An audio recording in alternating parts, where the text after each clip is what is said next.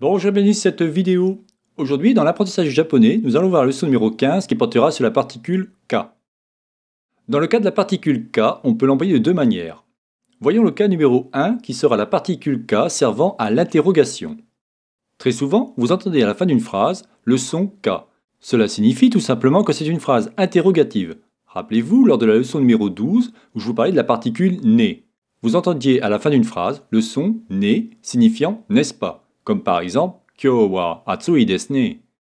Ok, donc prenons le cas de la phrase suivante. C'est un chien. On dira inu desu.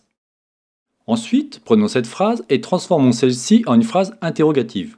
On aura donc inu desu ka, qui signifie est-ce que c'est un chien ou est-ce un chien.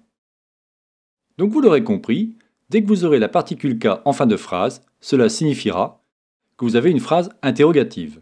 Voyons maintenant le cas numéro 2. Particule K sera considérée comme un choix. On aura très souvent cette particule entre deux mots. Celle-ci aura un tout autre rôle. En l'occurrence, comme un choix. Prenons le cas de la phrase suivante. C'est un chien ou c'est un chat. On dira inu ka neko desu. Donc vous voyez, le K est bien entre les deux mots. Mais on pourra aussi trouver la particule K à la fois au milieu d'une phrase et à la fin d'une phrase. On dira donc par exemple inu ka neko desu ka. Est-ce que c'est un chien ou un chat? Ou est-ce un chat ou un chien? Pour finir, nous allons voir quelques exercices. Comment diriez-vous les phrases suivantes? Êtes-vous français? Ou alors, êtes-vous de nationalité française? Je vous laisse quelques instants. On dira donc Anata wa furansu go desu ka? Vous voyez, on a bien Anata wa, rappelez-vous, ça on l'a vu. Furansu, on l'a vu aussi, c'était français. Go, nationalité. Desu, l'équivalent à être, et ka, l'interrogation. Faisons un autre exemple.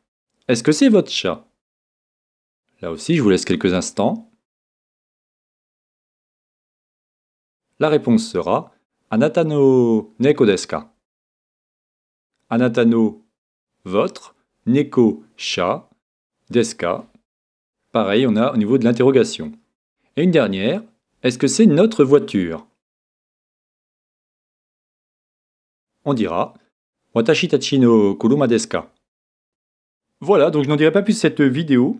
Pour la prochaine vidéo, nous verrons les pronoms démonstratifs d'objets. Alors ce sera par exemple ceci, celui-ci, celle-ci, et ainsi de suite.